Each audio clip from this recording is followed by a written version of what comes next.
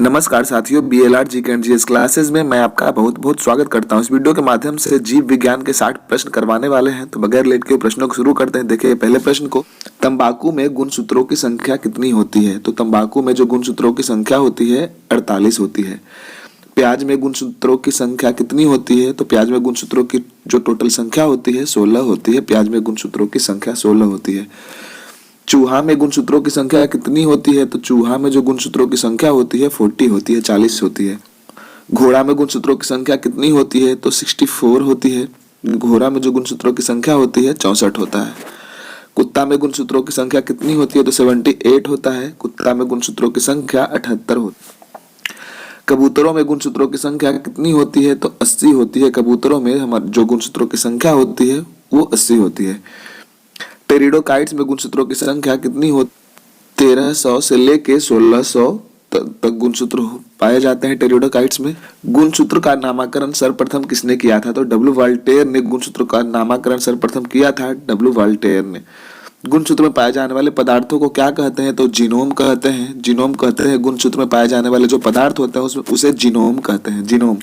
इस व्यंजन द्वारा जीन के कार्य करने की इकाई को क्या कहा जाता है? तो सिस्ट्रॉन कहा जाता है। डीएनए का पॉलीमरेज नामक एंजाइम की खोज सर्वप्रथम किसने की थी? तो आर्थर कॉडबर्ग ने किया था, जो कि 1962 में किया था। विभिन्न प्रकार के पेड़ पौधों तथा उनके क्रियाकलापों के अध्ययन को क्या कहते हैं? तो बॉटनी कहते हैं। बॉटनी। किस प्रकार के शैवाल को अंतरिक्ष यान के केबिन के हौज में उगाकर अंतरिक्ष यात्री प्रोटीन युक्त भोजन, जल और ऑक्सीजन प्राप्त कर सकते हैं? तो क्लोरेला नामक प्लांट होता है।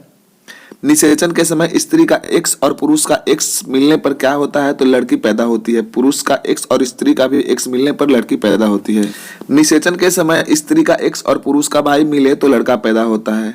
ध्यान से देख लें, प्रश्न बहुत ही अच्छे लिए गए हैं। स्त्री का एक्स होना चाहिए और पुरुष का भाई होना चाहिए तो लड़का पैदा होता है। किसका गुणसूत्र संतान में लिंग निर्धारण के लिए उत्तरदायी होता है? तो पुरुष। ध्यान रखें, हमेशा स्त्री में एक्स ही पाया जाता है और पुरुष में एक्स वाई दोनों पाया जाता है। तो स्त्री का एक्स और पुरुष का एक्स मिल जाएगा तो लड़की पैदा होगी, और स्त्री का एक्स और पुरुष का वाई जब मिलेगा तो लड़का पैदा होगा।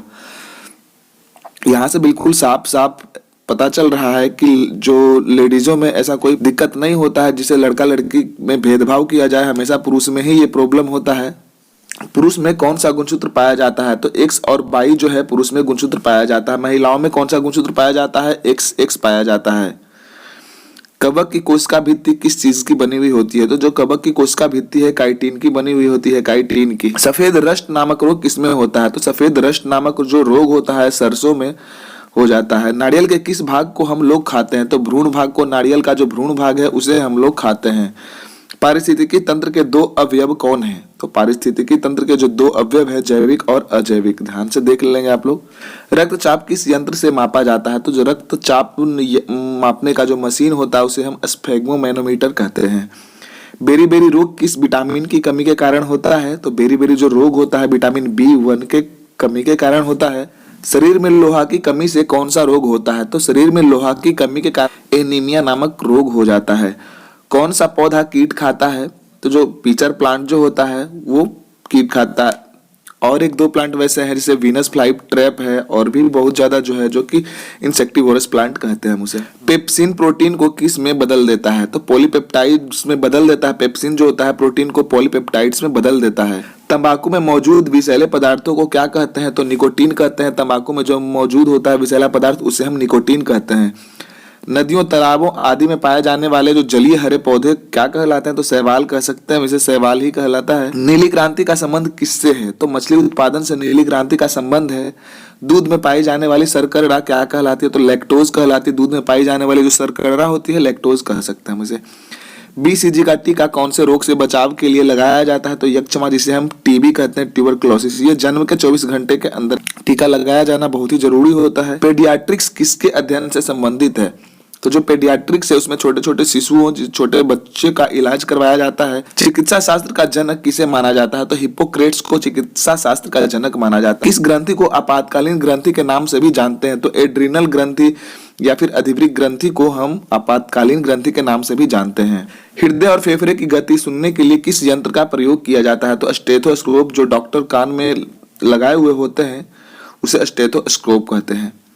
एक पीढ़ी से दूसरी पीढ़ी में आनुवांशिक सूचना का स्थानांतरण किसके द्वारा होता है? तो डीएनए के द्वारा होता है, जिसे ऑफस्प्रिंग भी कहा जाता है। जैसे हमारी मम्मी का या फिर पापा का अगर जो आंख ब्राउनी होता है तो उनके जो बेटे या फिर बेटियां होती है तो उनमें भी चांसेस ज्यादा बढ़ जाता है कि उनका भी आंख भी वैसा ही हो।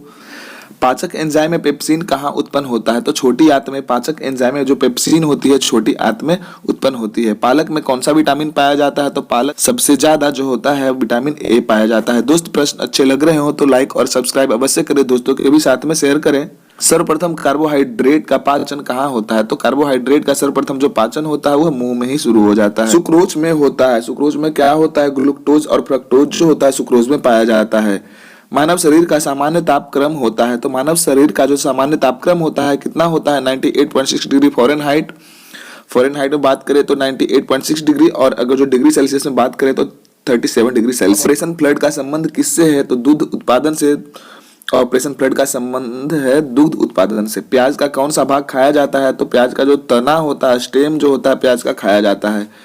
मियादी बुखार से प्रभावित अंग कौन सा होता है? तो इंटेस्टाइन जो होता है, हमारी जो आंतें होती है मियादी बुखार से प्रभावित हो जाती है। मानव शरीर में निमोनिया से प्रभावित होने वाला जो अंग है तो फेफड़ा है। मानव शरीर में निमोनिया से प्रभावित अंग जो है होने वाला फेफड़ा है। पृथ्वी पर सबसे बड़ा बच्चा पैदा करने वाला स्तनधारी प्राणी कौन सा है? तो नीला व्हेल जो है पृथ्वी पर सबसे बड़ा बच्चा पैदा करने वाला स्तनधारी प्राणी है। गाय के घी में पीलापन किसके कारण होता है? तो कैरोटीन के मौजूदगी के कारण गाय का जो दूध का रंग पीला हो जाता है। आरएच फैक्टर के खोजकर्ता कौन थे? तो लैंडस्टीनर एवं वीनर जो थे आरएच फैक्टर के खोजकर्ता थे। कौन सी मछली बिना सल्क वाली होती है? तो कैटफिश जो होती है बिना सल्क होती है। इसमें किस पौधे में फूल नहीं होता है? तो फर्न का जो पौधा होता है उसमें फूल नहीं पाया जाता है। रक्त का शुद्धिकरण कहाँ होता है? तो किडनी में होता है। रक्त का जो शुद्धिकरण होता है, प्यूरिफायर होता है किडनी।